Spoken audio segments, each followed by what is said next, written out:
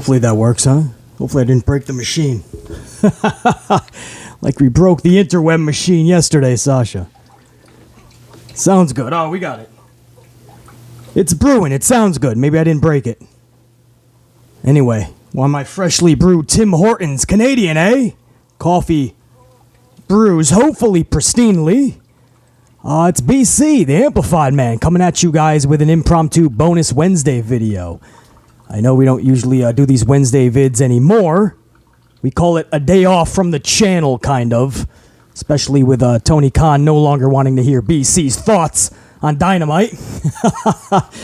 So we kind of take Wednesdays off. But yesterday was just a train wreck for the tube.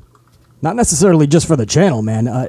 The connection for the tube was just off yesterday. We put up two videos. One was the Raw review. I put that up early in the morning yesterday. And it just never fully processed until about midnight last night, which means I would say nearly 40% of the people never even got the video or the notification or were even told that that video was up. And another over 30%, I would say, said that they could not watch the video. It literally said, cannot be streamed or some shit, which, by the way, it wasn't even a stream. It wasn't live. That was a regular video. That sounds beautiful. I'll top that coffee off in a second. But it was not a stream, so I don't know what the tube was on. I don't know what they were sniffing, smoking, who knows. But that Raw review, I don't know how it's nearly getting about it's headed toward 5,000 views. I don't know how, because that was a train wreck from the beginning. So we had those issues. And then yesterday we went live for Amplified Live every Monday, Tuesday, Thursday, Friday, 4 times a week. Like a little sports center for pro wrestling. BC comes at you live for at least 1 hour. We talk about all the big topics in pro wrestling. I wanted to talk about the Raw rating live with you guys as it broke to the world, which would have happened around 4 p.m., so I would have been live. So we were going to talk about that. We were going to talk about AEW and the momentum shift back over to WWE. AEW superstars unhappy. We were going to talk about a lot of stuff. And I tried. There was just one problem. The tube just went haywire. The connection was absolutely batshit bonkers. When BC had clear playback, you guys were telling me it was nothing but choppy and cut up. When I got it choppy and cut up, you guys said it was fine. Then all of a sudden, BC started getting blurry, and I could see the connection fading away. Now, I should have, within the first 10 minutes, ended the stream, right? Nobody should be subject to that kind of horrid production. But it wasn't BC's doing, man. Everything was hooked up fine. I even checked all the cords during this 20-minute live stream. Everything was fine. It was the tube. Just the whole day, just issues. 2 separate videos. One, a straight-up vid for the Raw review, and the other was that live stream. I should have ended it within 10 minutes. I'm stubborn as fuck, and I kept on going another 10 minutes to see if it cleared up. So all apologies for anybody that had to endure the entire 20 minutes thinking that it was going to get better, because BC refused to quit. So for 20 minutes, you just heard me yelling chopped up because I was going in pretty hard on a writer for Wrestle Inc., calling certain fans conspiracy theorists for several reasons, which maybe I'll go over again, actually. Everything that I wanted to talk about yesterday, I'm going to touch up on today. But yesterday, my whole point is yesterday was just a train wreck amplified live. If you guys were wondering where it was, it never was. We tried. It failed. I refused to believe that it failed, and I kept going another 10 minutes. So after 20 minutes, we finally pulled the plug on it, and it was just removed. Now, all the supers, man, there were some supers, man, literally like 5, 6, 7, maybe more. Even in just that 20 minutes, you guys were showing the love and support. For all my supers that contributed a coffee over to BC, I'm going to give you guys a shout out, all of you. Look at that. My own connection just broke up for a second there. Not again. I'm hoping that's why we're doing this as a video, because I got to test the waters and give the connection a little bit of time, man. I don't want to go live and have the same fucking issue. That would suck. So I'm hoping you guys even get this video. I'm hoping those issues were solved for the most part. But to all my VIP Super Chatters from yesterday, man. You're all going to get a shout out in this video at the tail end. I'm going to spend however long it takes. I'm going to give you guys a shout out, read your entire Super Chat, and give you full throttle opinions. I hate opinions, but I'll give you my thoughts on whatever your question is, and more importantly, I'll drop some straight up facts on every one of those Super Chats. So to my VIPs, I will absolutely get to all of you from yesterday, man. So don't worry. It's not like you're not going to get that shout out, man. I take that very legit, man. People that throw BC a coffee always are my VIPs. So I will get to you guys for sure.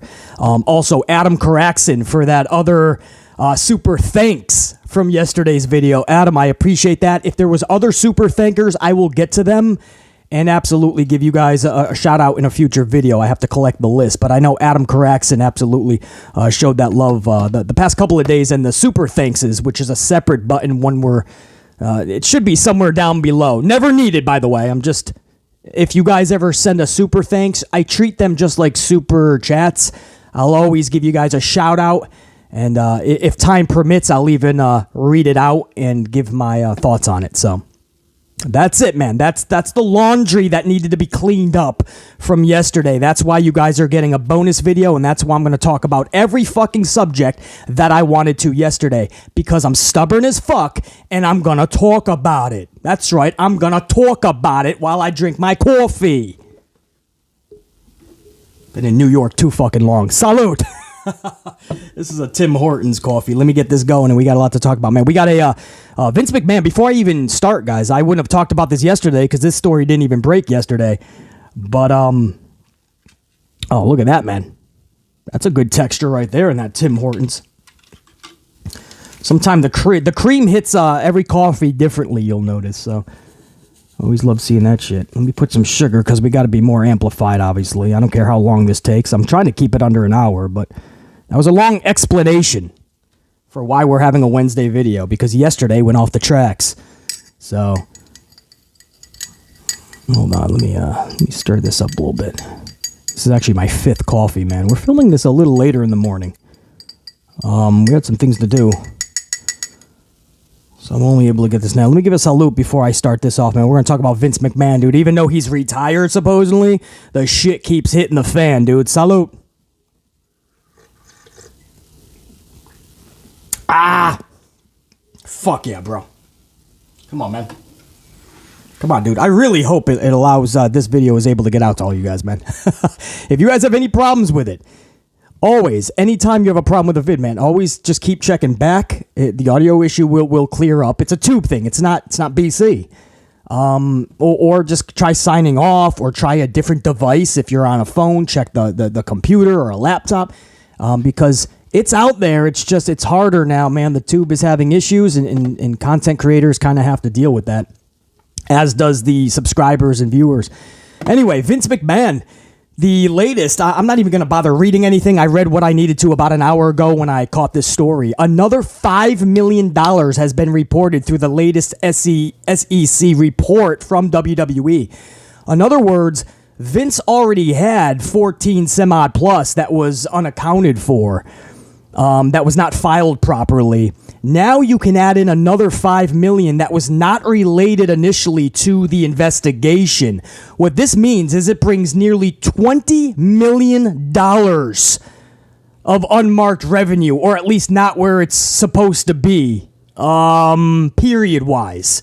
If you know how companies run financials, you know what I'm talking about. But every financial earning, every net gain, all of that shit has to be reported properly within 4 periods of the calendar year.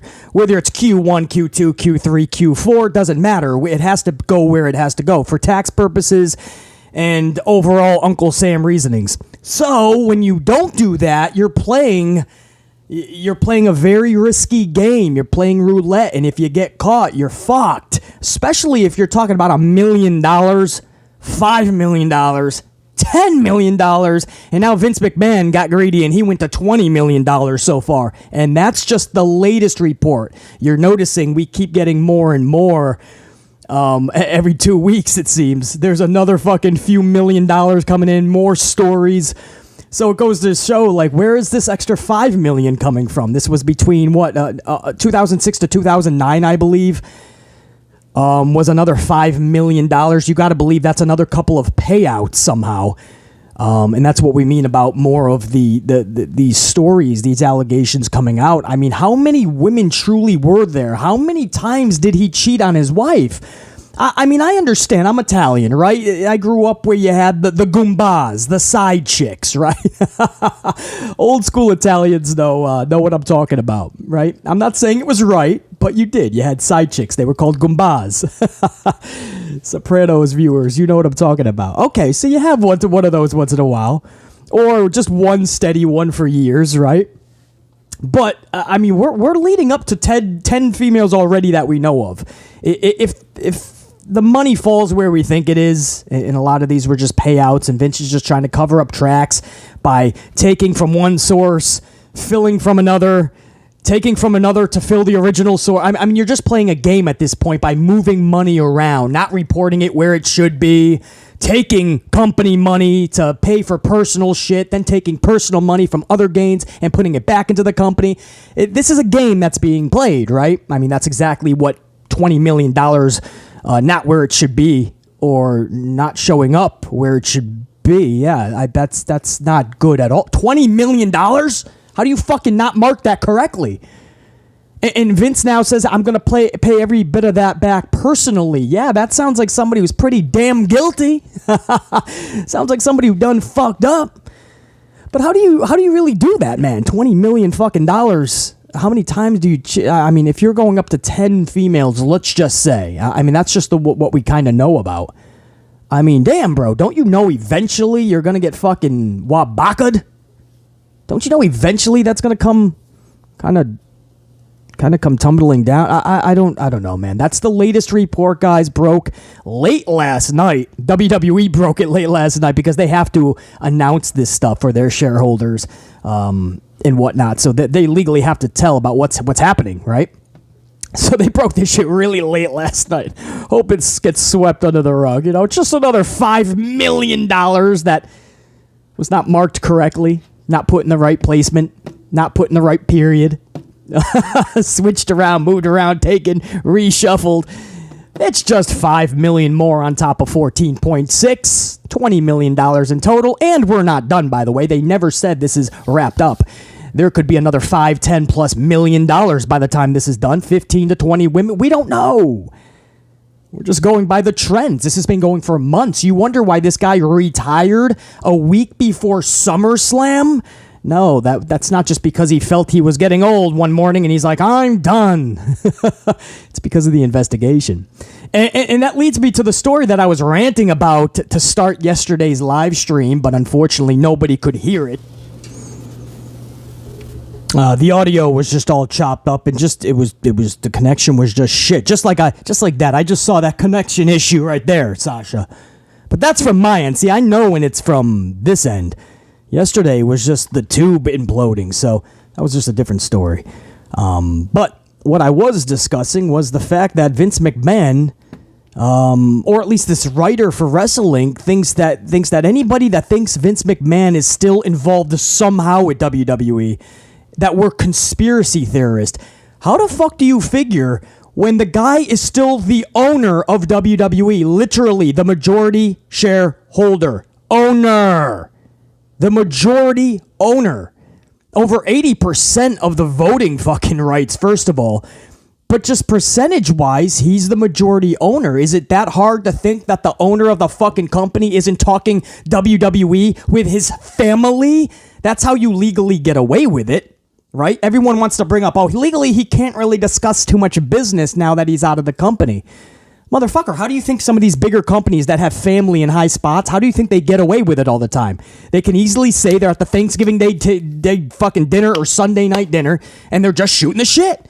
Nobody's going to prosecute that. That's why it never happens, or very rarely. You have to really be fucking stupid, like $20 million in hush money. But I don't know if Vince would keep making those silly mistakes, but you could easily talk business and get away with it. It's family. That's why he was able to walk away before getting booted. And when you walk away, you get to appoint who you want at the head spots. That's why we were all saying, is this a puppet regime? Of course, they're going to still have power, but is it set in place so where McMahon can always come back when the smoke settles? Well, of course it is, right? His daughter is the CEO.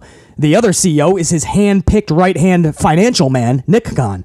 The guy in charge of creative and head of talent relations and all of that, Triple H, his son-in-law. So it's not hard to believe that these people are talking every fucking day. Do you honestly think Vince McMahon is talking about Boy Meets World? Do you think when they sit down or when they talk on the phone, Vince McMahon is telling Triple H he just saw the Boy Meets World marathon on Disney Channel? Do you think he's talking about fucking how this weekend him and Linda are going to pick seashells at the Jersey Shore? Do you think he's talking about going to see the latest Minions movie at the theaters? Oh, no, wait. He just found out it's on demand already. So him and Linda are just going to snuggle up on the couch and watch the Minions movie. He's not telling Triple H that. That's not what they're talking about. This is a guy who only knows WWE. That's his whole life. You think that he's not fucking going to talk about it and give Triple H and Stephanie exactly pointers on what should be being done? Of course he is. That's not a notion. That's not a conspiracy theory. That's not saying Triple H isn't going to implement the shit that he wants to.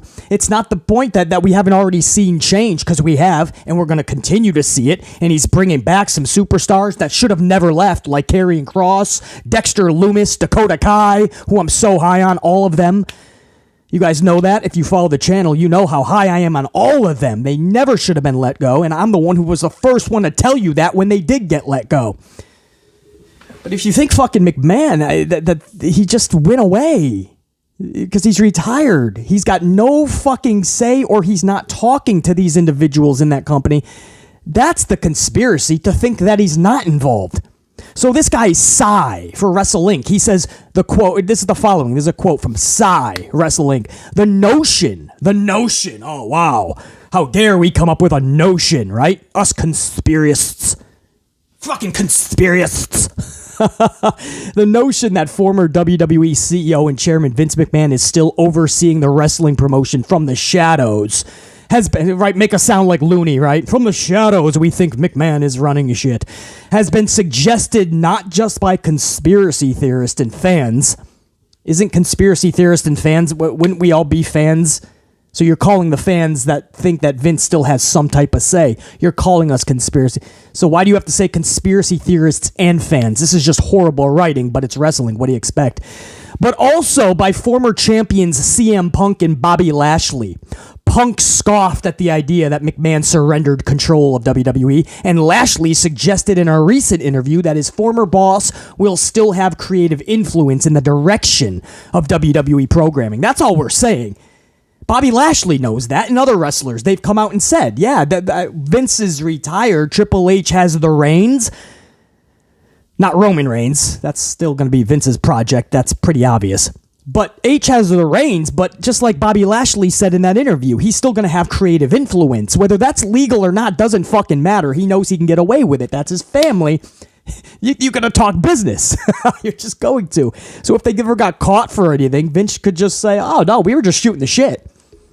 I didn't give him those ideas. I didn't say to do X, Y, Z. And because it's family, it gets washed away. Trust me, I've seen so many of these cases in other big-time businesses publicly. So, you call Punk a conspiracy theorist. You can call Bobby Lashley a conspiracy theorist. All the other wrestlers that came out and said Vince is not just going to walk away. You can call them conspiracy. You could call BC. You could call the Amplified. You can call anybody that thinks Vince is not totally walking away. You can call them a conspiracy theorist and say we're coming up with crazy notions that from the shadows Vince is pulling strings. But dude, you're being the fucking idiot. You're being the schmuck to think that the owner, the majority owner, has nothing to do with WWE anymore. He goes on to say, the ground reality appears to be vastly different. According to Mike Johnson of PW Insider, whatever that is, and whoever that is, McMahon has not been to WWE headquarters in Stamford, Connecticut since his retirement/resignation and has not attended any meetings or had any company-related communication.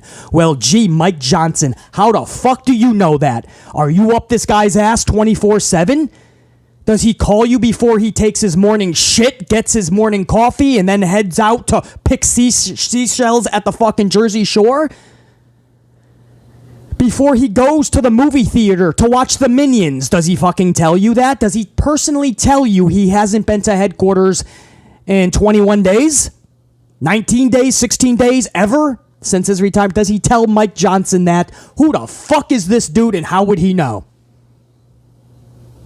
The ground reality appears to be different.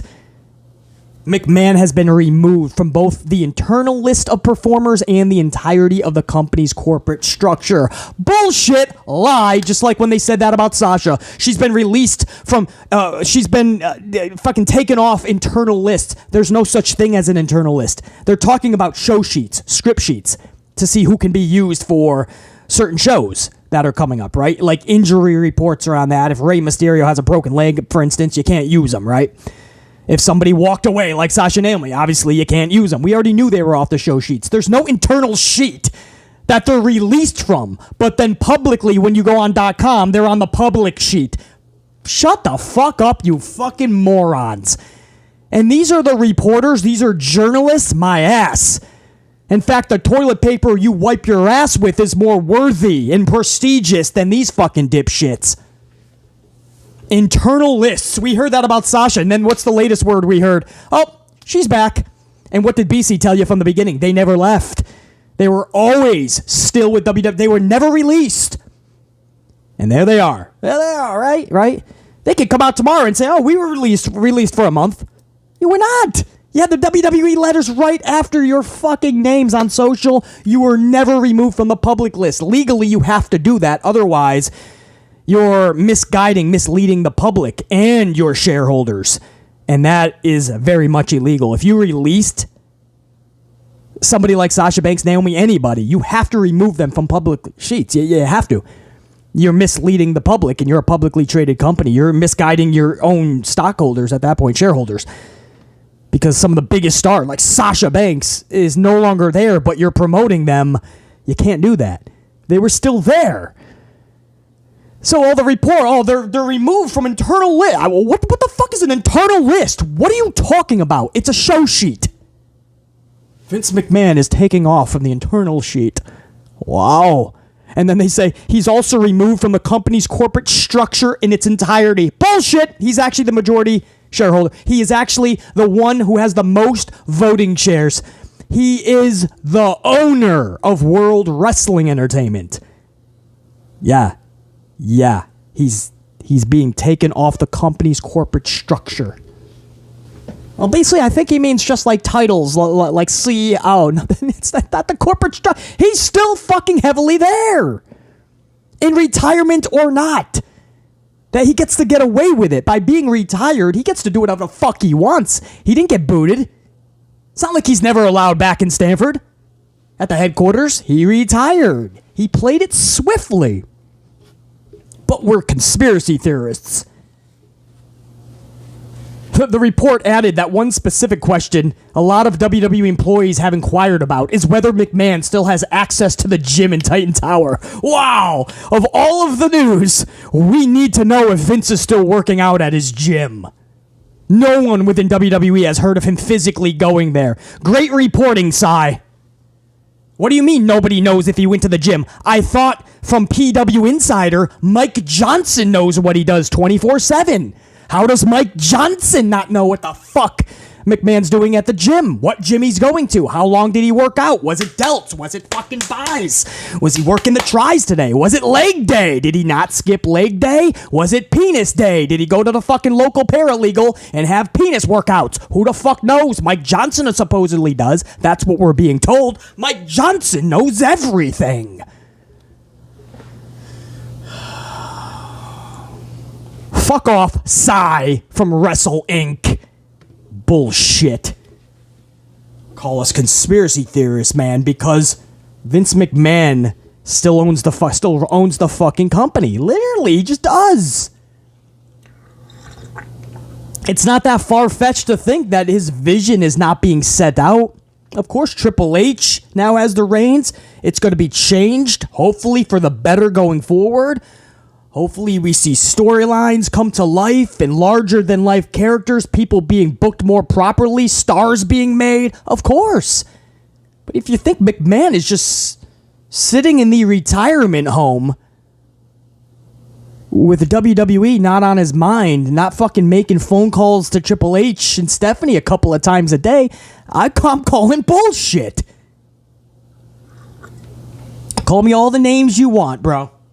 I followed this dude for long enough, decades. I vividly have followed Vince McMahon. This isn't a guy who just is not talking about WWE all day. It's not. And the way he went out tells you that shit, man. So that's the Vince talk, man. Another $5 million is now being investigated as unaccounted for, placed in the wrong period or some shit. Vince is going to personally pay that out now. We're up to $20 million. And the investigation is nowhere near over, as well as what we're hearing. So that's what I got for you, man. Also, because this is a laundry cleaning from yesterday, man, that we weren't able to do in yesterday's Amplified Live. So I also want to talk real quick before I get to AEW and just the momentum changing. Andrade, a couple of streams ago, I think it was Monday's Amplified Live, we discussed how Miro actually, he kind of fucked with Tony's matchup with Mox, I believe, right? And he was taking on Mance Warner. What is it? Vance? Mance Warner? Some shit. I'm with Miro on the Miro goes, who is this guy fighting for the title? And Tony Khan's like, come on, man. I'm trying to put together a fun match. You're online bashing it. And then a fan actually sent something out saying, Miro, you're still with AEW? I feel like you were booked better in WWE. Never thought I'd miss Rusev Day. And Miro liked the fucking social media post. He liked it. So Miro is agreeing that his booking in AEW is shit. He's not happy. Remember, Miro did that in WWE. He went to social days, weeks, months, and talked about how frustrated he was with WWE's booking. It looks like he's already began that with AEW. It's funny because with Miro in interviews, he talks about being happier and it's much better because he doesn't want to work all the dates like he did in WWE and all that. So he always talks about how he's better off there, but on social, he always does things like this where he subtly, like passive-aggressively shows his frustration with AEW booking. Now, the fan, I believe it was the same one, he sent out another post, and this time added Andrade's name into it. And talking about basically how Andrade's booking is pretty much shit as well, better off in WWE. Andrade liked the fucking post. Andrade and Miro are agreeing with fans that Tony Khan's booking of them, presentation, is not up to par. And perhaps it's not better. The grass is not greener on the other side. And they're better off in WWE, maybe. But Andrade and Miro, to add on to the list of people like the Brian Cages, we remember that whole ordeal. I'm not even going to get into the Joey Janela's and all that shit. But when you look at the wrestlers that are starting to say, hey, you're overcrowded. You have a roster of over 120 motherfuckers. A pay-per-view recently is dedicated to another promotion, Forbidden Door, so that leaves a ton more talent off the card. Some major talent, guys like Jay Lethal for the most part, always on Rampage. Guys like Keith Lee swerved into a tag team, swerving in his glory when somebody like Keith Lee should easily be a main eventer. From the jump, you don't got to wait 2 or 3 years for that. Miro should be a prominent fucking heel in that company. I don't know why it took so long to get to his heel run with the TNT Championship, and then afterwards just fucking into obscurity again. Andrade has been literally just non-existent. You'd forget this guy. This guy has been more relevant in Ric Flair's last match last weekend than anything he's done in AEW. Sadly. So my point is, while the frustrations within the company start to boil over, we already know about the MJF situation. MJF is pissed off that Tony's even bringing in all these WWE guys, giving them all the money, and MJF is stuck with the contract he originally signed. The problem is MJF became one of the highlights in the whole wrestling industry. His net worth probably 20, 30, 40, 50 times what he signed for. Slight exaggeration, but he thinks he's worth a little bit more, and Tony Khan just doesn't want to budge until the 2023-2024 contract renewal. But MJF is worth more, he thinks. So what started out as probably a little bit of storyline, MJF is like, well, dude, no, I seriously want a little more.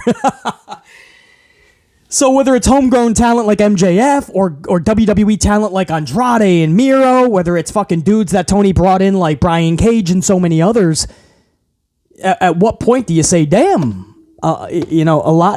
These talents are adding up, and a lot of people are starting to question if Tony Khan can handle over 120 talents while doing fucking Forbidden Doors with other promotions and buying ROH, and basically you'll be able to split some of the roster and send them over to ROH, and then Tony Khan has to juggle that? He's having trouble juggling AEW. Let's give the guy more promotions. People have a little bit of fun with Tony saying ADD and whatnot, but I don't know what's true and what's not. But it's almost like somebody who just needs 30 projects at once, and that's not good. Dwindle that to 2 or 3 and perfect them instead of having 30 average projects. AEW should be much farther along with the roster they have. Even with injuries, AEW is something phenomenal, or it should be. With the contract they have for television, and what they're able to get away with TV 14-wise, and all the blood and all the specialty matches and gimmick matches, there's no reason they're not at a 1-2, 1-3 upfront bare minimum every week in the ratings. How the fuck they cannot reach 1 million every week befuddles BC. Because all the research I did points to this company being at a 1-2, 1-3 bare minimum. I can't fathom that they can't reach a fucking million. And now on top of that, right, that's not even the worst news. Now you're seeing the momentum change, right? The momentum has flipped. All of the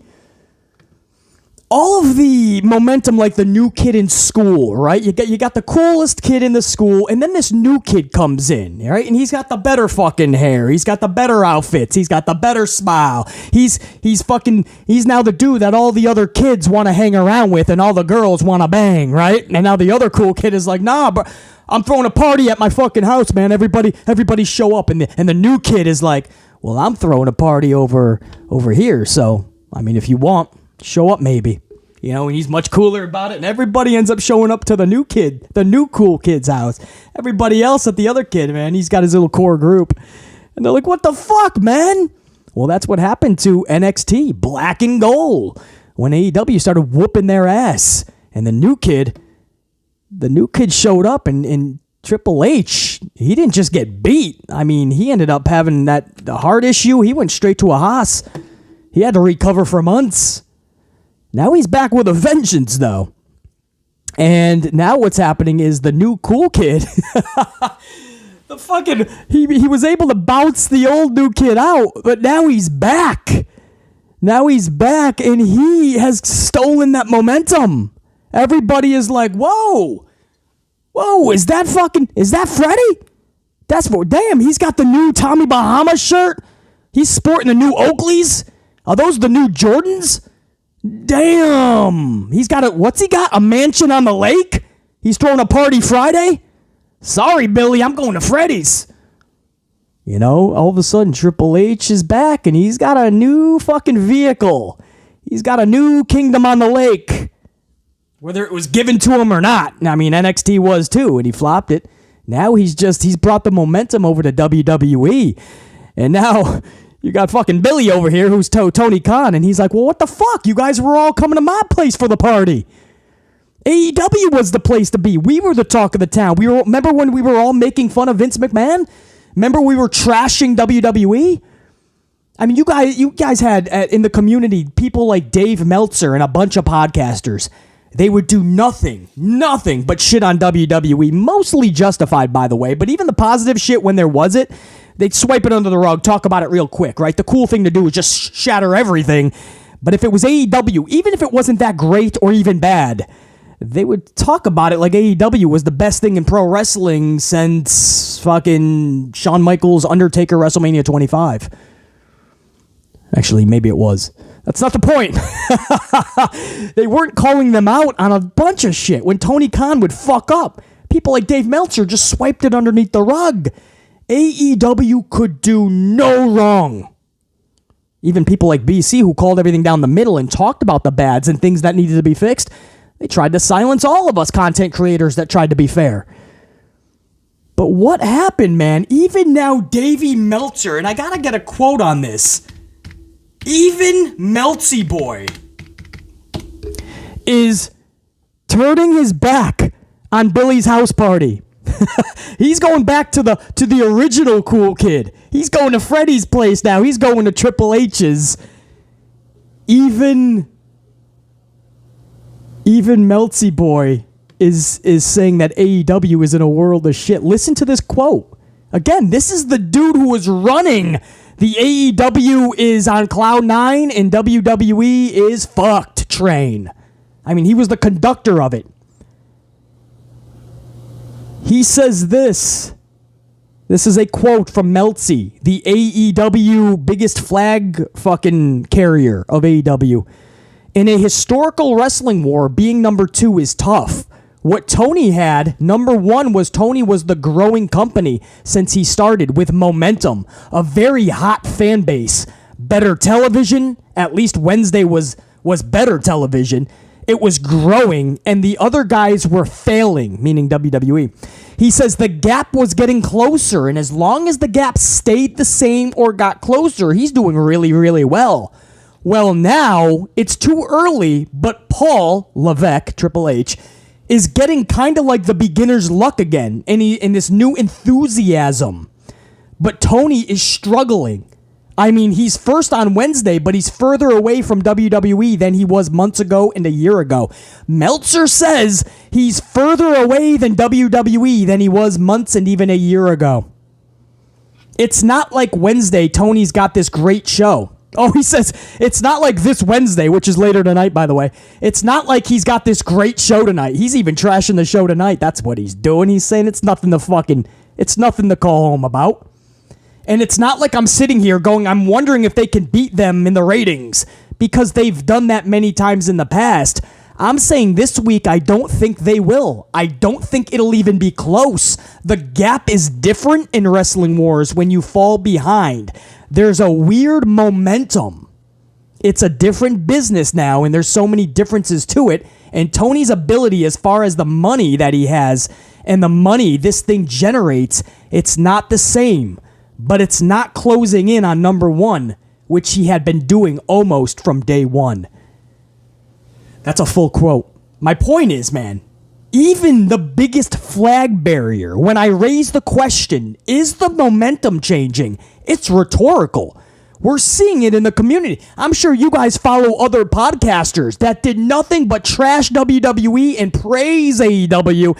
And it's almost like they just turned their backs on AEW. They still talk about them, maybe even try to talk them, but they have completely got on their knees for Triple H's big schnoz.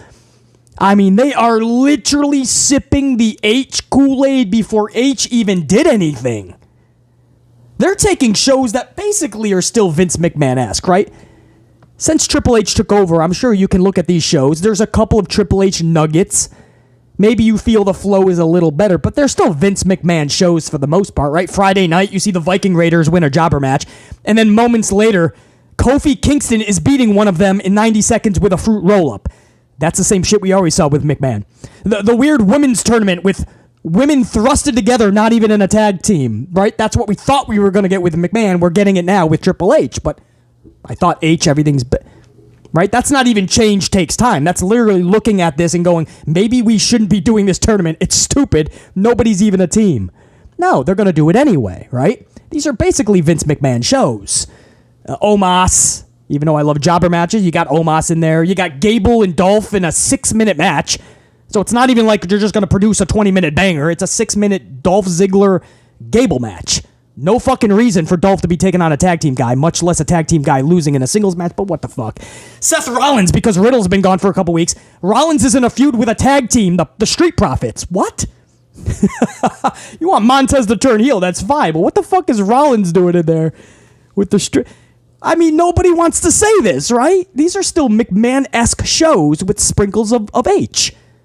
But you saw people just literally turn their backs on AEW and get on their knees in the community. And now even Meltzer, who's the biggest AEW flag bearer, is saying this company, the momentum has changed and AEW's going backwards. Even if AEW stays with the 850 to 950 rating, 950,000 viewership, even if they stay there, WWE is now fucking around near the 2 millions. In fact, let's talk about that. The Raw rating last week, post SummerSlam, was a 2.2 plus, nearly 2.3 million. Now, how do you get there? It's not just Triple H and the buzz that everybody wanted to see what kind of show he would produce. It was post SummerSlam, so that's going to bump you well over 100,000 right there. On top of that, we heard all day, the biggest report was Triple H is going to make a statement show tonight. So people showed up even more in tune. You could count another 75 to 100,000 on that. Hours before the show, we heard Sasha Banks might show up with Naomi. You can add another 50 to 100,000 there, and it's not too hard to see where a week before they're at a 1.9, they pulled over 300,000 extra viewers. 300,000. It's a post SummerSlam show. You know? And there was interest there. There was intrigue. I always tell you guys, intrigue will always bring everybody to the fucking yard. 300,000. But what did I tell you last week while everybody was praising Triple H? The Triple H era is here with a bang. I told everyone while you're praising him, I hope you don't bash him next week. I told you guys that rating was going to go under 2 million. I told you that last week. And sure enough, we got the rating. I wish it was live yesterday, but we had the connection issues. So I had to end the stream after just 20 minutes. But the rating came out and it was just over a 1.95, I believe. So under 2 million. I told you guys, they lost over 250,000 viewers. Headed toward 300. Exactly what they gained, they lost in one fucking show. So I told you guys we're not going to bash H. We saw the Dexter Lumis debut and an actual storyline finally take shape on an otherwise still Vince McMahon show. Again, you go through that whole show. It was just exactly what we've been seeing. But the sprinkles of Triple H is a welcoming sight, and we want to see more of that. Hopefully we change for the better going forward even more. So I'm not going to bash H for losing 300,000, just like I didn't bow down to him when he got 300,000. I knew that was just there was many factors in that. I told you guys it was going to dip below 2. Now, I was just wondering, are we going to go back toward 1.7 where it was? Or can they stick at 1.9? Guys, they stuck over 1.9. That's huge. If Triple H can produce really good shows, they could be talking about 2 million. Now, everything. I've been talking about ratings since I've had this channel over 5 years now, nearly 6. And I told you guys, the trajectory has WWE at 1.5 million this year. The trajectory of Raw, that's how bad it's gotten. They have somehow solidified themselves over 1.8. And even fucking around most weeks now, their average is well over 1.9. So Meltzy has no point but to say what he said because WWE is now headed toward 2 million. AEW still cannot hit the million, at least not consistently. Once in a blue moon, they might. That's why he has to say that. One company is now that they've switched. I always said for a long time, it's like the highway. Vince McMahon is in the left lane, the fast lane, but he's not going as fast as he should be. So then you got Tony Khan's AEW coming from behind. Now, Vince's only option is to get out of the way, go to the right lane, and let the faster car go by, or the fast car is just going to bump you into the barricade. But what happened is right when Tony Khan was coming up, all of a sudden, they switched seats, right? Vince took the passenger, H got into the driver, and that car started going faster, and fucking Tony Khan can't keep up, and what happened was Khan got a little sidetracked. Maybe there was a hot girl in the right lane, but all of a sudden Khan started going a little slower even. So now one car is going faster, the other started going a little slower. It's like a NASCAR, right? That lead car is about to be fucking taken over by the second place car. He's coming on strong, and all of a sudden the second place car gets a flat. And you see him so fucking, he's slowly going backwards. The lead now sees that the second place guy's going backwards. He gets a new vote of confidence, and now he's going even faster somehow. The momentum has switched. That's clear. AEW's got to get back on track, and they got to get back on track like yesterday. I'm not saying they're in trouble, guys. They're going to get a new TV contract. They're not making money yet, as Khan has said many times. They're not yet profitable, but in time they will be. But with the roster they have, over 120 roster members, fucking around with Forbidden Doors and other companies, buying other companies like ROH, and what happens is you take on so much, and you're getting your eye off the original goal. You're moving your own goalposts. And now you have your own individuals unhappy with how they're being booked. I wonder why. Rhetorically, no, I don't. I saw this coming from a mile away. There's no reason he shouldn't be at least pulling in $1 million. So they're not in any immediate trouble where they're going to be fucking canceled off of TNT and TBS and Khan's AEW is going to go under. No, that's not what we're saying. We're saying if they're not careful, the downhill slide toward Impact Wrestling type of, not numbers, it would take a real fall from, and that's not even shade to Impact. It's sad that they don't get more viewers. It's actually not that bad. Ever since Josh Matthews hit the bricks from commentary. So not to their numbers, but the way they're perceived, the way that Impact is perceived. If you have another 2 years of this AEW just being another wrestling organization, in a couple of years, don't be shocked if people perceive it as, AEW. I'm just saying, man. He's got to be very careful. And he needs to refocus big time. He needs to drop like 28 of the projects he has, slim down his roster. You don't like to see people lose their jobs, but even with ROH, even if you want to send 40 people over there, you got to slim down the roster and really start to focus, man, because this momentum has changed. You're no longer the new cool kid in school. Freddie's back. Triple H is back, and he's got a vendetta. You beat him once, he's not going to get beat by you again, man. And he's shown you in the past that he's willing to go to war. I mean, you saw what he do. What he's going to do. Double or nothing. September 4th. Triple H is bringing NXT head-to-head with them. Triple H could have moved that. He was asked to. They had meetings about it. The last that we heard is that he still wants to have NXT go head-to-head. Not to beat AEW's Double or Nothing, because they wouldn't, but to hurt them. That's all H wants to do. Salud. Did I get to most of the stuff that I wanted to get to? Raw rating, AEW's momentum, Andrade Mira. I think I did, man. I wanted to keep this under an hour. I don't think that's going to happen now because what I want to do now is go to my super chatters, my VIPs from yesterday's stream that got cut short, and I wasn't able to give you guys shout outs, so I'll start from the beginning. I started this yesterday, but Godswilla with that 2-spot at work, so maybe you won't be able to catch most of this stream. Godswilla, by now, I'm sure you know, man, the stream never was. We tried for 20 minutes. It was a fail. So, Godswilla, appreciate the coffee anyway, man, and you missed nothing, literally. Ashley Steggles, $8.99. What's causing all of this? Amp unit, wake up, get up. Let's get amplified. You know what's coming next. Red team, go! What a cliffhanger to Raw, though. Papa H, thank you for it. Yeah, we want to see more of that, man. Dexter Loomis and Karrion Kross should have never been gone anyway. Cliffhangers, an actual storyline. I'll take it, Ashley Steggles. There ain't no fucking doubt about it. That's all I ever asked for, man. Start with some storylines. Get me invested. Ashley Steggles, I appreciate that. Kim T says, what's up, BC? With that $9.99, by the way. A couple coffees. What up, BC? Been a huge fan of Dexter since his TNA days, so I'm excited. Maybe the Way reunion in the future. Talking about NXT, by the way, for those of you that don't know. Their little clique. Also, I see you with the Kawaii coffee. Iced coffee from their whole beans is amazing. If you guys saw the video from yesterday, again, there was issues with that from the tube. Didn't want to distribute it, and then had visual issues. They wouldn't let people see it. You had to go to another platform to view it for a lot of people. I don't know. But the Raw review did go up yesterday. If you haven't seen it, check it out. I tried a new coffee, man. It was crazy. The pod was... I mean, you guys saw me live figuring this thing out. The pod was different, but it was absolutely incredible Kauai coffee. So kimchi, yeah, it's maybe I gotta try this iced coffee, dude.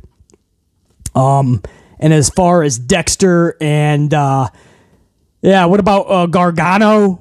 Right? What about Indy Hartwell? I mean, you get them all together again, man. Could be special. Candice LeRae. I used to love all that, man. They work so well together. That's what drew me to Dexter. It wasn't necessarily, I mean, he can go in the ring, but it wasn't 5-star, 6-star classics or 25-minute bangers. It was the fact that this dude could tell stories, and I was captivated by Dexter. Kim T, no doubt. John Cena, Chaun, John Cena, 199. I will say this much. I'm actually watching a Raw, right? That's all. I mean, it got people's interest peaked at least, and that's where you start. So even though he lost the 300 he got last week, which I knew was going to happen, just following numbers, its trajectory. The fact that he kept that 1-9, people are tuning in, man. They're really into this hope, right? I always say we tune in out of habit and hope. Well, here's the time for hope. This is our best chance at it. John Cena, no doubt. Savage 1024, the Punisher with a 5 spot says, I think Tony got offended by your video you did on him and Claudio. That's why he stopped people being able to view it. I'm guessing you mean Savage. Yeah. Oh, I'm guessing. Yeah. The hugging one. All you need is love, love, love. Yeah. Who was that? The singer for Rascal Flatts, Gary LaVox, sang that song with, I think, Mercy Me. And I had a fun thing with him and Claudio. The way that Tony hugs people, we were just having fun. I mean, we love the enthusiasm and passion that Tony has.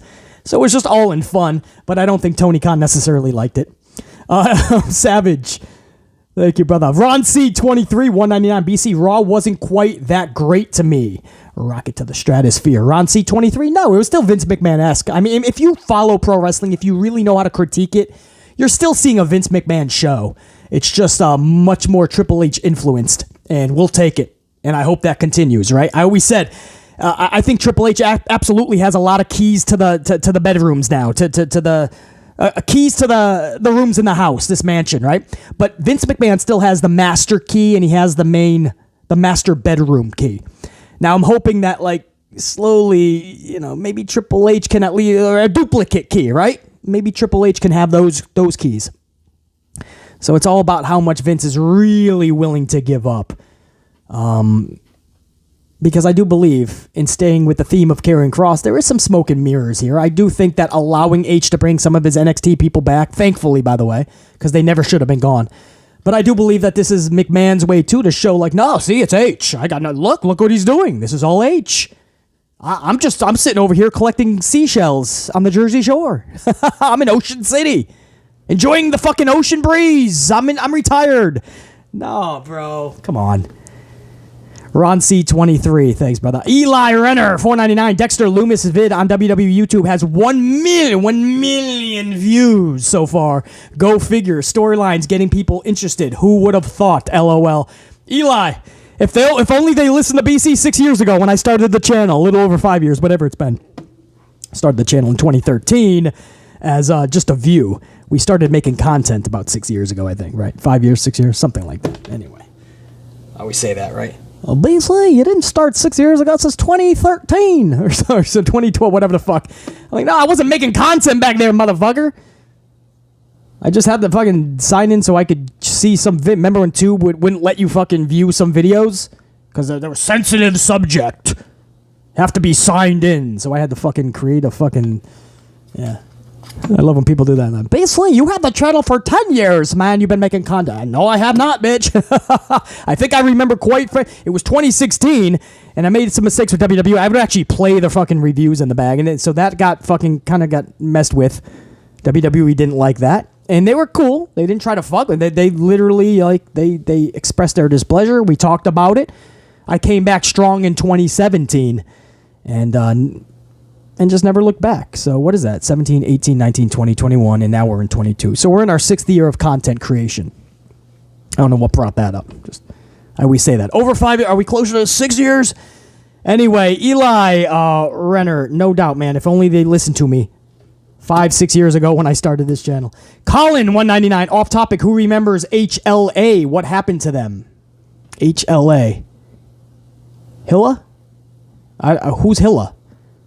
Who remembers HLA?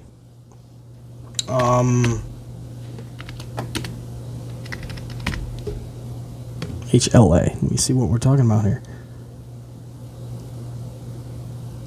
Hall of Shame? The ladies who played part in the lesbians were Looney Lane and Savvy Sasha from Ultimate Pro Wrestling. I don't know if we're talking about the same HLA, Colin, but I have no idea about it. I don't know much about that. Unless it's something totally, completely different. But Colin, either way, salute, man. Good to see you up in here. Sean Cena with another 199 says, would keep Sasha and Naomi together, question mark? If so, or I don't know what the other emoji is. Boot them? What does that mean? If so, yes or no, maybe? I don't know what that means, Sean Cena, but I would not keep Sasha and Naomi together. There's no reason. There's no division. At what point, if you're Sasha, you've been lied to twice. I understand it's Triple H now, and that's why you're going to come back fully and not be as pissed anymore. You're going to go back to work and kick ass like only Sasha and Naomi can do. But, I mean, Triple H or not, until they have an actual division, I would just say, dude, keep me solo. Sasha Banks should be racking up singles titles just like she should have been for the last 5 years. It's a shame that Charlotte has nearly 14 and Sasha's dealing with 6 singles titles on the main roster. That's bullshit. So, no, absolutely not. And Naomi, too, man. I could think of awesome storylines for Naomi. Don't even need a title. Although Naomi with a fucking championship, if I was in charge, I would allow Glow titles to be sold on WWE Shop and watch them electrify, man. Glow titles would sell out. But no, Vince never wanted that because Naomi would then be one of the top merch sellers, and he can't have that. Well, I hope Triple H does. Savage, 1024 The Punisher, 10 spot. BC, do you remember when Raw would start with pyro and one of the commentators would take us backstage? Of course, man, good times. Savage, yes, that's what we need. I'm surprised we didn't have pyro this week. Triple H knows better than anybody. He talks about it in so many interviews, how the pyro helped the presentation back in the day of the Attitude Era. With the Warzone pyro. And he talked about how just backstage hearing it, you could feel the vibes of the pyro. That's how loud and explosive it was. Triple H talked about how it would pump them up. I'm surprised H did not incorporate that this week. I'm hoping that changes. H knows better than anybody what pyro can do. Absolutely, I remember that, Savage, and I miss it wholeheartedly. PB Silipride, $9.99 and $4.99. Double PB Silipride coffee over to BC. I appreciate that, PB Silipride, one of my tried and trues. Since the plandemic, the experts have been mostly wrong. Conspiracy theorists is a term used by liars to demonize those of us who refuse to accept their BS narratives. Exactly. PB Silipride is talking about Cy as well from Wrestling Inc., who calls us conspiracy theorists because we believe that Vince McMahon just didn't wilt away into retirement and that he still has say in the company. Because here's a crazy notion. He's literally the main owner of the company still. His family is literally running it. But he's not talking anything about WWE with them. No. His influence is still not being seen. No. PB Silipride also says, don't worry about Choppy, BC. Don't let the tube win. PB Silipride, I know. After 9-10 minutes, I should have ended the stream yesterday, though. Because of my stubbornness, I win another fucking 10. We went over 20 but it got to the point where you guys couldn't even make out every other word that I was saying. There's no way that we can do an hour plus live stream like that or any video. And on top of that, I wouldn't be able to you guys wouldn't be able to hear your shout outs and me responding to them. And that's not fair to you guys. You guys are throwing over a bunch of coffees. I want you guys to feel that love and respect right back.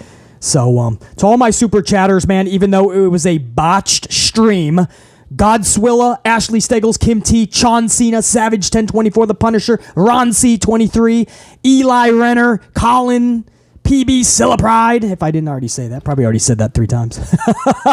But much respect to you guys, man, and my super thinkers like Adam Karaxin. I think that was. Hold on, let me just make sure. While I have a second, man, I got a second.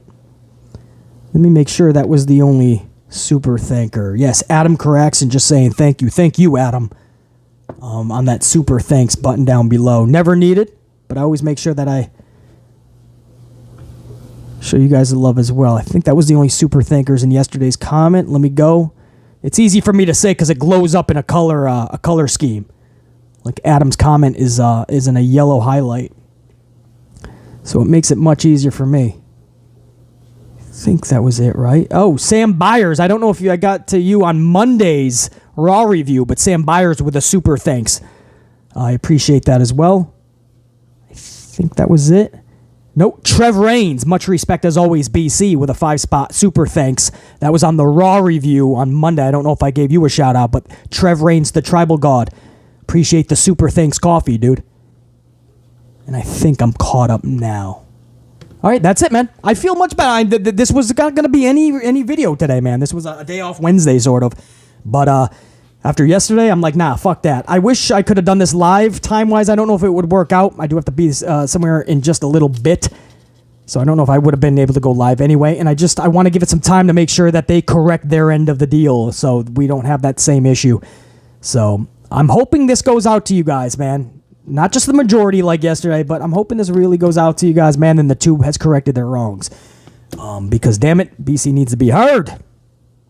Much love and respect. And until next time, which is going to be tomorrow's Amplified Live, again, hopefully, we could do the whole thing. Until then, man, think, be, live, amped always. Top guy, and I'm fucking out. No music, Sasha, no music. I've kept everybody here longer than well over an hour. So we'll go about whooping our Wednesday's ass. Till next time, check you.